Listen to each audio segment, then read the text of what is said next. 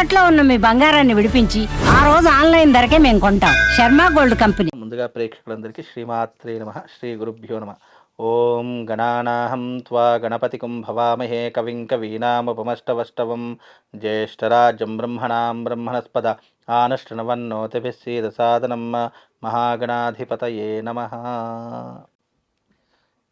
ఇక్కడ విఘ్నేశ్వరుడి యొక్క ఆరాధన అనేటటువంటిది విశేషమైనటువంటిదిగా భావం చేస్తాము. మనం ఏ పూజ చేసినా, ఏ యజ్ఞయాగాదులు చేసినా తొలుత పూజించేటటువంటి వాడు విఘ్నేశ్వరుడు. విఘ్నేశ్వరుడి యొక్క అనుగ్రహం ఉంటే జీవితంలో ఇక్కట్లన్నీ తొలగిపోతాయి, బాధలన్నీ తొలగిపోతాయి. అంటే ఇక్కడ భగవత్ ఆరాధన చేసేటటువంటి పద్ధతి ఎలా ఉంటుందంటే, మనసా వాచా కర్మణ త్రికరణ శుద్ధితో చేసిన ఏ పూజకైనా తప్పకుండా ఫలితం అనేటటువంటిది ఉంటుంది. ఫలితం లేకుండా ఏది కూడా ఉండదు. కాకపోతే మనం మనస్ఫూర్తిగా ఆచరణ చేసుకోవాలి. వీలైనంత వరకు ఎవరైతే విఘ్నేశ్వరుడి యొక్క ఆరాధన చేస్తున్నారో దానికి కొన్ని పద్ధతులు, నియమాలంటూ తెలియజేశారు సనాతన ధర్మంలో, శాస్త్రం నందు. అయితే ఇక్కడ విఘ్నేశ్వరుడి యొక్క ఆరాధన చేసుకునేటటువంటి వారు ఉదయాన్నే లేవాలి. మనకు ఇంకోటి ఏంటంటే 6వ తారీఖు 7వ తారీఖు అనేటటువంటి విషయాలు కూడా చాలా మంది అడుగుతున్నారు ఫోన్లు చేసి. నిజానికి మనకు వినాయక చవితి అనేటటువంటిది 7వ తారీఖు రోజున చేసుకోవాలి. ఇంట్లో పూజ చేసుకునేటటువంటి వారు మధ్యాహ్నం 1 గంట వరకు పూజ ముగించుకోవాలి. 1 గంట దాటింది అని అంటే మనకు పంచమిలోకి అడుగు పెడతాం. ఇక్కడ ఎందుకంటే మనకు 6వ తారీఖు ఉదయకాలము 11 గంటల 33 నిమిషాల వరకు మాత్రమే తదియ ఉంటుంది. తదియ వెళ్ళిపోయి చెవితి ప్రారంభమవుతుంది. ఆ చెవితి ప్రారంభమై 6వ తారీఖు రోజు చెవితి ప్రారంభమై 7వ తారీఖు రోజున మధ్యాహ్నం 1 గంట వరకు మాత్రమే ఉంటుంది. కనుక మనము సూర్యోదయానికి 7వ తారీఖు రోజున చెవితి ఉంది కాబట్టి ఇంట్లో పూజ చేసుకునేటటువంటి వారు ఎవరైతే ఉన్నారో వాళ్ళు ఉదయకాలం మధ్యాహ్నం 1 గంట వరకు పూజలు ముగించుకోవాలి. అయితే ఈ పూజ చేసుకునేటటువంటి వారు కూడా ఇంట్లో పూజ, గణపతి పూజ మగవారు చేస్తే శుభము, లాభము కలుగుతుంది. లేదు దంపతయుక్తంగా చేసుకున్నా మంచిది. నిజానికి విఘ్నేశ్వరుడు బ్రహ్మచారి కాబట్టి అతని పూజ మగవాళ్ళే చేయాలి అని శాస్త్రము. లేదా దంపతులు ఇద్దరు కలిసి చేయవచ్చు. ఆడవాళ్ళు మాత్రం చేయడానికి వీలు లేదు. అయితే ఇక్కడ అంటే వీలు లేదు అంటే పూజ చేసుకునేటటువంటి సమయంలో అర్చకుడి ద్వారా అంటే వీలుగా లేని అర్చకుడి ద్వారా చేసుకో, దాంట్లో తప్పేం లేదు. లేదు కుదరలేదు అంటే దండం పెట్టుకొని చక్కగా మనం 10 మందితో కూర్చుని పూజ కూడా చేయవచ్చు. అది సామూహికంగా దోషం లేదు. కానీ ఇండిపెండెంట్ గా ఒక్కరు చేస్తా అంటే కనుక మగవాళ్ళే చేయాలి. లేదా ఇంట్లో పిల్లలు కానీ, మగవారు కుదరని పక్షంలో మనం అలా పూజ చేయకుండా ఉండలేం కదా గురుగారు ఇంట్లో. అవును, మగవాళ్ళు ఆడవాళ్ళు ఇక్కడ మగవారు అని అంటే గనక చిన్న పిల్లలు చేయవచ్చు. అంటే ముందర తల్లులో లేదంటే బ్రాహ్మణులు ఎవరైనా కూర్చోబెట్టి విధానం చెప్తూ ఉంటారు. ఆ సమయంలో పిల్లలు కానీ, ఇంట్లో ఉన్నటువంటి మగవారు ఎవరైతే, ఇంటి యజమాని ఎవరైతే ఉన్నారో ఆయన కానీ చేసుకోవచ్చు. అలా చేయనటువంటి బ్రాహ్మణి పిలుచుకొని చేయించుకోవాలి. అలా చేస్తే గనుక శుభము, లాభం చేకూరుతాయి. అంటే దానికి ఒక నియమం, పద్ధతి. విఘ్నేశ్వరుడికి మగవాడు పూజ చేస్తే విఘ్నేశ్వరుడు సంతోషిస్తాడు. ఆడవాళ్ళు పూజ చేస్తే ఏదో బాధపడతాడని కాదు, కాకపోతే పద్ధతి అలా పెట్టారు. అలాగే దంపతులు చేసినా కూడా మంచిదే, ఇబ్బంది ఏం లేదు. అలా కాకుండా ఇంకో విషయం ఏంటంటే, విఘ్నేశ్వరుడి యొక్క ఆరాధన ఎక్కడైతే మనం చేస్తున్నామో అక్కడ ఆవు మూత్రంతో, ఆవు పేడతో అలికి ముగ్గు వేయాలి. గోమయం, గోపంచం తప్పకుండా అక్కడ అలికి దానిపైన పసుపుతో ముగ్గులు వేయాలి. ఈ ముగ్గు పిండితో ముగ్గు వేయకూడదు, పసుపుతో ముగ్గులు వేయాలి. ముగ్గులు వేసి దానిపైన పీటను పెట్టాలి. చక్కగా పీటను పెట్టేసి దానిపైన వస్త్రం వేయాలి, ఎర్రటి వస్త్రం వేయాలి. ఎర్రటి వస్త్రం వేసేసి దానిపైన బియ్యం పోయాలి. బియ్యం పోసి గణపతి యొక్క విగ్రహాన్ని ప్రతిష్టాపన చేసుకోవాలి. చక్కగా దానికి గంధంతో, కుంకుమతో అలంకరణ చేసుకోవాలి. ఆ తర్వాత గణపతికి చక్కగా పూలమాల వేయాలి. ఆ తర్వాత దాని ముందర కలశ స్థాపన చేసుకోవాలి. ఎవరైతే 9 రోజులు గణపతిని కూర్చోబెడదాము అనుకున్నటువంటి వారు కలశ స్థాపన చేసుకోండి.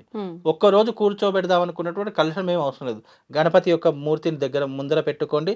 చక్కగా దీపాలు వెలిగించేసి ముందర గౌరీదేవిని చేసుకొని గణపతి పూజ, గౌరీదేవి పూజ రెండు కూడా షోడశోపచార పూజ అంటాం. 16 రకాల పూజలు ఉంటాయి.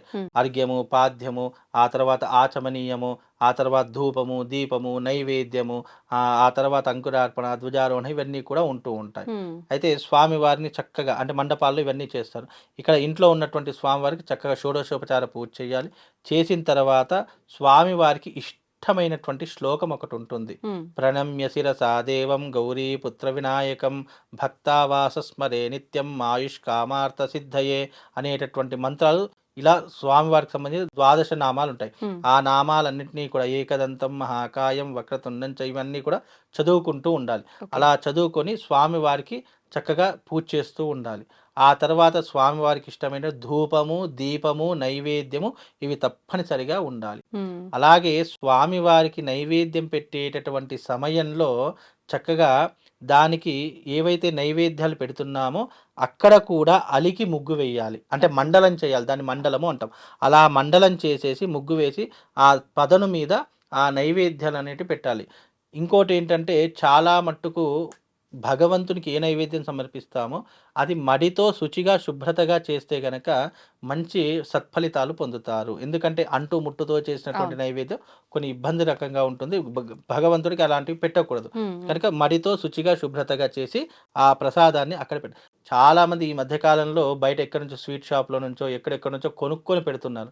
వీలైనంత వరకు కొనుక్కునే ప్రయత్నం తక్కువ చేయండి.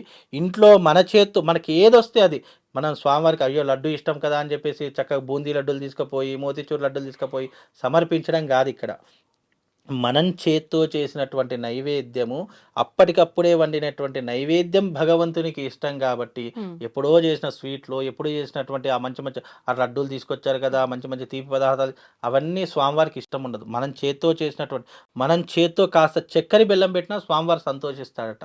కాబట్టి మనం ఇంట్లో చేసినటువంటి నైవేద్యం మాత్రమే స్వామివారికి సమర్పించే ప్రయత్నం చేయండి. ఆ తర్వాత స్వామివారికి ఈ 21 రకాల పత్రాలు ఉంటాయి. ఏకవింశతి పత్రములు అంటాము. ఆ ఏకవింశతి పత్రాలు స్వామివారికి 21 నామాలు ఉంటాయి. ఒక్కొక్క నామం చెప్పుకుంటూ ఆ యొక్క ఒక్కొక్క పత్రాన్ని స్వామివారికి సమర్పిస్తూ ఉండాలి. ఆ తర్వాత ఆ సమర్పించే విధంలో స్వామివారికి చక్కగా వెలుగపండు పెడుతూ ఉంటాము, మొక్కజొన్న పెడుతూ ఉంటాము, సీతాఫలాలు పెడుతూ ఉంటాము. ఇలా అనేక రకాల ఫలాలు స్వామివారికి, చెరుకు గడలు పెడుతూ ఉంటాం. ఇలా అనేక రకాల ఫలాలు పండ్లు స్వామివారికి పెడుతూ ఉంటాం. ఇలా పెట్టిన తర్వాత చక్కగా స్వామివారికి ఇవన్నీ అయిన తర్వాత ధూపం, దీపం, నైవేద్యం చూయించేసి నేను చక్కగా స్వామివారి ఆ రోజున చిన్నపిల్లల పుస్తకాలు కూడా స్వామివారి దగ్గర పెట్టాలి. ఇంట్లో చదువుకునే విద్యార్థులు పిల్లలు ఉంటారు కదా, వాళ్ళ పుస్తకాలు పెట్టి పిల్లల చేతుల మీదుగా తప్పకుండా పూజ చేయించాలి. వీలైనంత వరకు నేను ఒకటే చెప్తా, పిల్లల చేతితో పూజ చేయించండి. చిన్న చిన్న పిల్లలు ఉంటారు కదా, ఆ పిల్లలతో పూజ చేయించండి. మంచి సత్ఫలితాలను పొందాలి. ఎందుకంటే పెద్దవాళ్ళు ఇలాగా రోజు ఏదో ఒకటి చేస్తూనే ఉంటారు. కానీ పిల్లలు చేసేటటువంటి పూజలు చాలా అంటే ఏదైనా తెలిసి తెలియక తప్పులు చేసినా భగవంతుడు అవన్నీ పట్టించుకోడు. ఎందుకంటే పిల్లలు దేవుళ్ళతో సమానమని ఊరికే అనరు. ఎందుకంటే వాళ్ళకి ఇప్పటి నుంచే మనం అలవాటు చేసామనుకోండి, భవిష్యత్తులో వాళ్ళకు కూడా మంచి సత్ఫలితాలు పొందుతారు. వాళ్ళు చిన్నతనం నుండి భగవత్ ఆరాధన ఒకసారి అలవాటు పడిపోయిందా, భగవంతుని ప్రేరణ వాళ్ళ మీద కలిగిందా, ఇక వాళ్ళ జీవితంలో కష్టము నష్టం లేకుండా ఆ భగవంతుడు ఎప్పుడూ కాపాడుతుంటాడు. అంటే అప్పుడు మా చిన్నతనంలో మా నాన్నగారు కానీ మా తాతగారు కానీ వినాయక చవితి వచ్చిందంటే చక్కగా పంచగట్టి కొట్టి మరి కూర్చోబెట్టేవాళ్ళు. అలాంటివి ఉండేవి మా ఇళ్లల్లో. ఎందుకంటే మా నాన్నగారు చేసేవారు కాదు, మా తాతగారు అరే వినాయక చవితి వచ్చింది నువ్వే పూజ చెయ్యాలి, మీరే పూజ చెయ్యాలి, మీరందరూ కూర్చోండి. అంటే మేము ముగ్గురం అన్నదమ్ములం కదా, మేము మా ముగ్గురిని అలాగే మా మేనత్త వాళ్ళ కొడుకుల్ని వాళ్ళని కూడా కూర్చోబెట్ట దాదాపు మా కుటుంబం ఒక 10 మంది నిండిపోయేవారు. పిల్లలు మా మేనత్త వాళ్ళ పిల్లలు, మా చిన్నాన్నల పిల్లలు, ఇలా అప్పుడు చిన్నగా ఉండేవాడు. అంటే అప్పటికి మాకు తెలిసి మేము 4th క్లాస్ 5th క్లాస్. అది మా పల్లెటూరు విలేజ్ గ్రామం కల్లూరు అనే గ్రామంలో ఉండేది. ఆ విలేజ్ లో వినాయక చవితి వచ్చిందంటే మా తాత కూర్చోబెట్టి మరి రే దీనికి ఏ శ్లోకం చదువు, దీనికి ఈ శ్లోకం చదువు, ఈ శ్లోకం చదివి స్వామివారికి పువ్వు పెట్టు, అరే నువ్వు ఈ శ్లోకం, ఇలా మా అందరికి శ్లోకాలు నేర్పించి నేను చక్కగా కూర్చోబెట్టి యజ్ఞోపవీత ధారణ, చక్కగా స్వామివారికి అలంకరణ ఇవన్నీ చేయించి చక్కగా కూర్చోబెట్టేసి పూజ చేయించేవాళ్ళు. అంటే అరే గణపతి పూజ ఇలా చేయాలేమో, కానీ అప్పుడున్న పద్ధతులు వేరే, ఇప్పుడున్న పద్ధతులు అన్నీ మారిపోయాయి.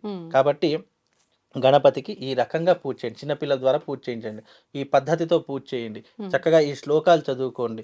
దీని ద్వారా మీకు శుభము లాభం చేకూడదు. లేదు మాకేం తెలియదంటే గణపతి యొక్క పుస్తకం దొరుకుతుంది పూజా విధానానికి సంబంధించి, ఆ పుస్తకం ముందర పెట్టుకుని స్వామివారి యొక్క పూజ చేస్తూ ఉండండి. తప్పకుండా మీకు శుభము లాభము రెండూ కూడా కలుగుతాయమ్మా.